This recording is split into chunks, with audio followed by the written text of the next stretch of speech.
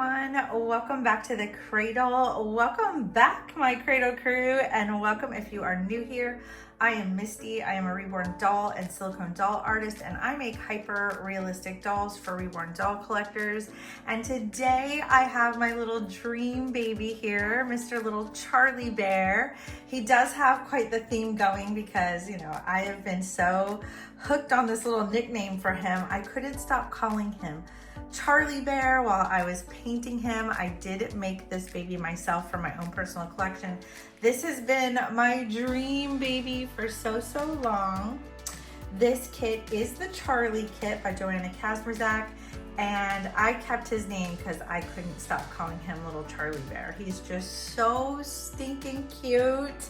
I have been wanting this baby for so long, and it took me forever to get to him. I am so busy making dolls for other people that I hardly have time to make dolls for myself sometimes. So I was absolutely thrilled to finally finish this baby for my birthday this year. So this is my little birthday boy. He's so cute. I am so sorry I have not been able to really show him on my channel a lot. I've been a little MIA lately. I've had a lot going on in my life. I do have another part of my channel that is my memberships. There are paid memberships to my channel. If you want to join, you can click below. I will leave the link. And I do share a lot more about what is going on in my personal life over there. So if you want to get to know me better, you want to be part of a smaller friend group, you want to do lives and get a lot of special opportunities with dolls, and there's all kinds of different like bonus features over there. My members are first to get my dolls, they're first to get customs. I do giveaways over there, all kinds of fun stuff. I do fun lives and just anything more special and personable over there that I want to share or do videos on. If you are interested, go check out my memberships and please join. I've been doing memberships for over a year, I think, on my channel. I don't know, I'll have to go back and look. I think it's been more than a year. But go check us out over there. Go join memberships and be a part of the Cradle crew members. I love my crew over there. We have so much fun over there. So go check that out if you're interested. But today we're going to do a little change in chat on little Mr. Charlie Bear. As you can see from the title, I get a lot of people that I either have write into me or that I see on other YouTube channels that are like, this Reborn artist is terrible. And they do talk about things that really irk them about Reborn artists and some things that have happened. A lot of times people share really bad experiences that they've had. You do see a lot of drama kind of go on Facebook. And I don't out people on my channel or anything like that, but I myself have had, when I was first a collector before I was an artist, I did have some things that really bothered me about some artists and working with them. And those are things that I vowed as an artist to never do or be better about. So these are some things we're going to go over, and I would love for you guys to share your stories in the comments, but please don't mention names or out anyone. I'm not here to ruin anybody's reputation. These are just things that even if you're a collector, you may want to learn about, because some things go both ways between artists and collectors, especially when you're doing like a custom, and you might get a custom done one day. But also as collectors, we do sell off our dolls to upgrade our collections or to get other dolls that we really want, or maybe we've lost the bond with a certain doll or we want a different doll, and we do tend to sell our dolls a lot. So pay attention, because even if you're not an artist, these are things that you may want to do too as a collector to another collector, just to keep things going really smooth and to have fun and make it a good experience for everybody, because some of these experiences can be quite traumatic. Now, today I'm going to change little Charlie into a little kind of classic Pooh type vibe outfit, because I just want to keep his little bear theme going, and I think he will look so cute in classic Pooh.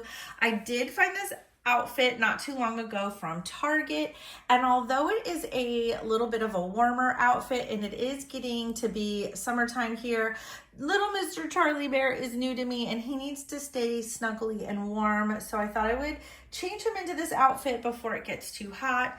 I have this cute little lovey to put with him. It's a little classic Pooh lovey. I did get this on Amazon, if you're wondering. You can find it there. It's part of the Disney Baby brand. It is so cute. It was worth every penny I spent on it. It's so soft, super cute. And then I found these cute Jeffrey socks. These are like little crocheted booties you can find on Amazon. They're called Jeffrey socks. My light just went out. What happened? Blooper. Okay, that's better.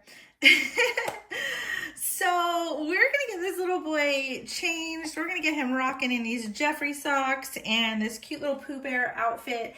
And we're gonna talk about a topic that I think is a really good discussion to have, because if you're a collector, at some point in time, you're going to be working with an artist. And these are some things to keep in mind for yourself when buying maybe a custom or buying a doll from an artist. Also, a lot of people ask me about these little silk hankies that I get off of Amazon. You can get them in like a 10 or 20 pack. They have them on Amazon. I get them to protect my baby's hair. If they have a head of rooted hair that's been beautifully done, I want to protect that and make sure nothing is rubbing on their hair like their blanket. I don't want them to get a bald spot in the back, and that can happen with rooted haired babies. You have to be super gentle with these little works of art. They're just like real babies. Got to be really careful with them, guys. So we're going to get him undressed. And the first thing I want to talk about is something a friend mentioned in a video.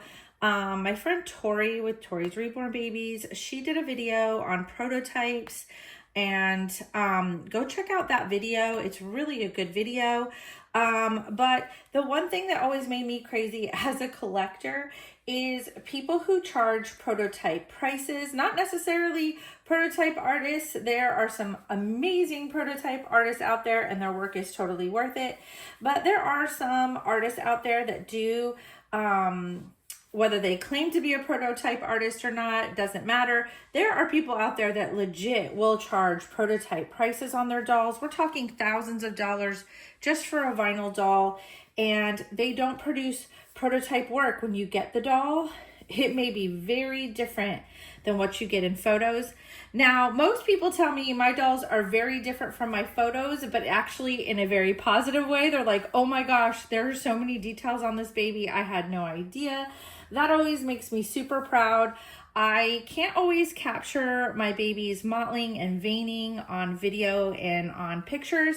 And I love when somebody gets a baby from me and they're like, this baby is even more beautiful than in photos. That's always a good thing. That's okay. That's a different story. And that always makes me feel super good. That's how I want to feel as an artist when somebody receives my work. I want to hear that. I love that. Makes me so, so happy, because some of these babies you just cannot capture on camera. A lot of times it depends on their coloring and the clothes that you put them in and the background. But I don't agree with people who charge thousands of dollars for a doll and they may have like Prisma penciled hair, like where the person just drew it in barely. Not any details, hardly any coloring. Sometimes they come to you with no paint. Like it literally looks almost like a blank kit. Like they did nothing to it. They just sent, I'm going to say, crap work, and I'm sorry. It just, I've been there, you guys. As a collector, I've been there when I was brand new. I have been there, just really bad work, or they don't show in photos some of the things that are issues with the baby, stuff like that. So please, if you're going to charge for your dolls, produce good work, period. But there are people at different stages. Artists are at all different stages. Most of us are self-taught. If you're a beginner, say so. Don't be afraid. We all have to start somewhere, right? But please don't charge thousands of dollars for a doll that you're not going to paint. And a lot of times what happens is somebody gets very backed up. Maybe their work is really good, really well recognized. Maybe they are a prototype artist, and A lot of people just like rush to them to get dolls. They get excited about the flow of money coming in and they accept too many customs and they get overwhelmed. They get rushed. They feel like they took on too much or bit off more than that they can chew. And I'm sorry, I'd rather refund people their money and then be disappointed than pay for a doll that wasn't worth the money that they paid for. So that also leads to time frames and overbooking. I really hate it when a doll artist says 12 weeks for a doll. For me, I tell people 12 weeks. I may get it done a lot sooner. I've been known, just depending on what I have on my table and how many people I have waiting on dolls, I could finish your doll in 4 to 6 weeks. It may be way less, but I always tell people 12 weeks in case I have a family emergency, I get sick, I get backed up, whatever. I want to make sure I get those babies out in a good time frame. I've heard of people booking dolls with artists and them taking years to get their dolls. There are some people I know that have been waiting like 2-3 years and still have never seen the doll. That's horrible to do to somebody. And especially if you were a collector, you know how it feels to wait for a dream baby. I know how it feels to wait for my own babies. I wait 2 years for my own dolls for myself. But that's because I put my customers first. My customers always come first. I will always paint your baby and work on your baby before I work on mine.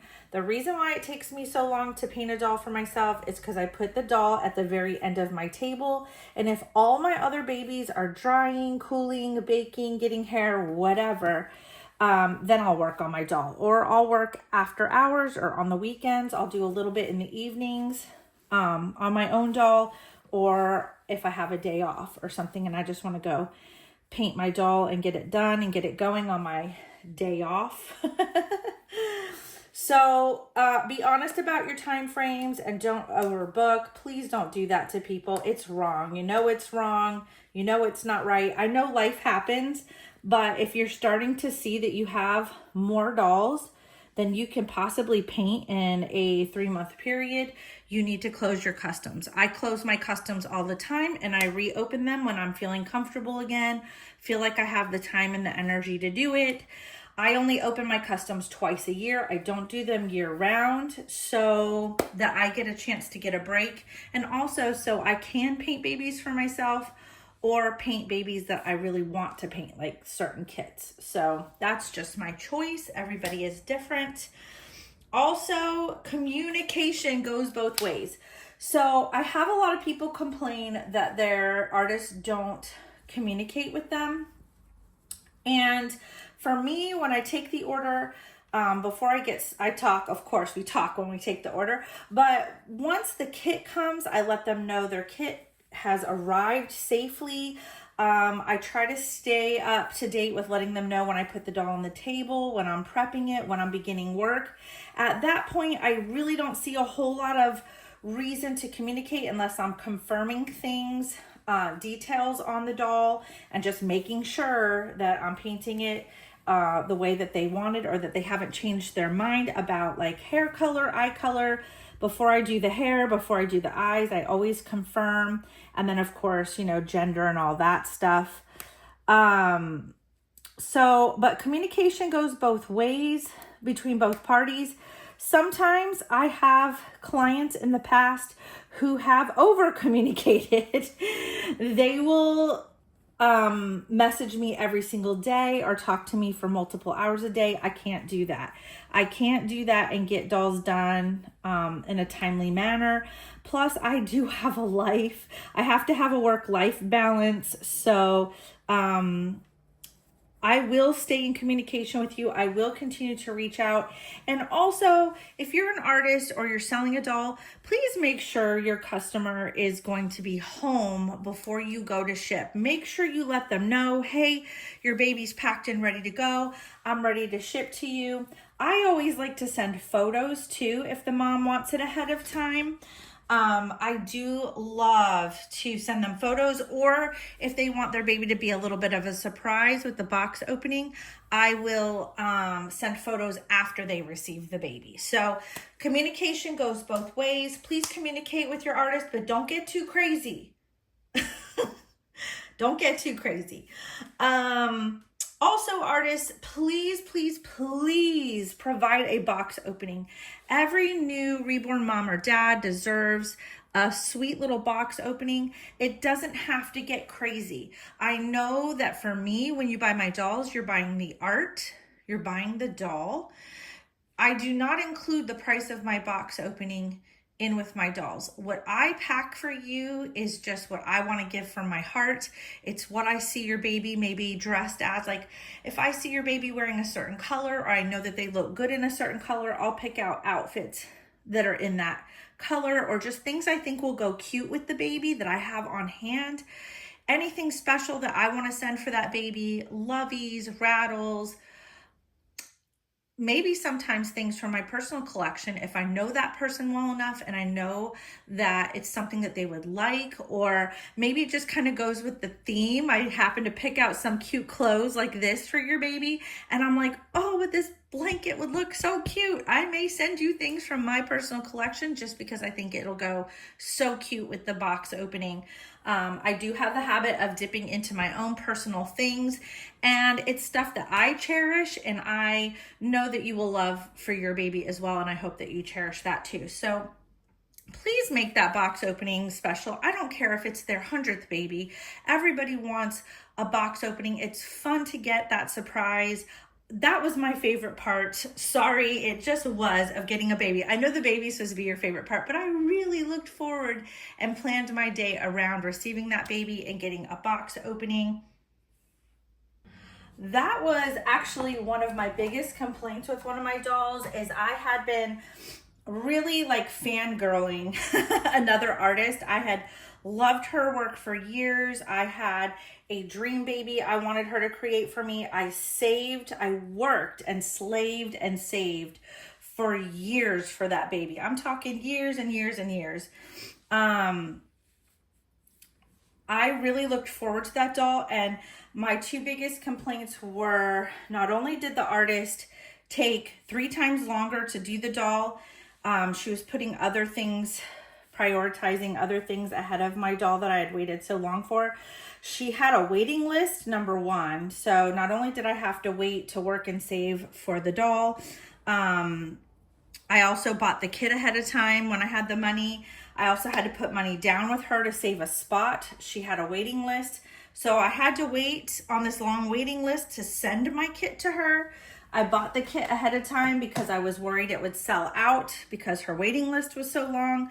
But by the time I sent it to her, she had all these excuses of why she couldn't start on it for months and months. And then when she said she was going to get started on it, like 3 times, she never did. And I would like do little check-ins, like, how's things going? Have you started on this baby yet? No, there would always be some reason why she didn't start on the doll. So I'm just going to say, at that time, I was already a Reborn doll collector and a vinyl doll artist. So as an artist, I was like trying to respect her from artist to artist. I wasn't making a big deal out of it. I figured maybe she had a lot of stuff going on.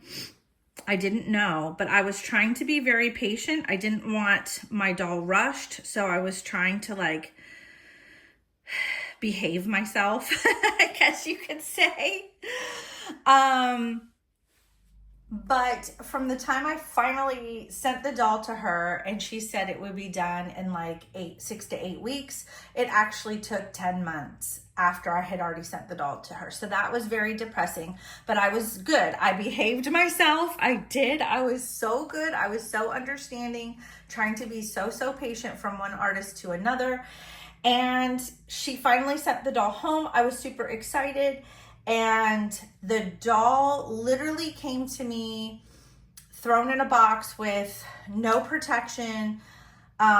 She did put an outfit on the doll. It came in the diaper that the kit had come in, the hat that the kit had come in, the little shirt that the kit had come in. Because if you guys watch my channel, you see box openings. The sculpting artist will send the baby in a diaper, a hat, a little like Gerber onesie t-shirt, and wrap the baby in a receiving blanket. She used the same everything, same box, same everything, but did not pack the baby the same.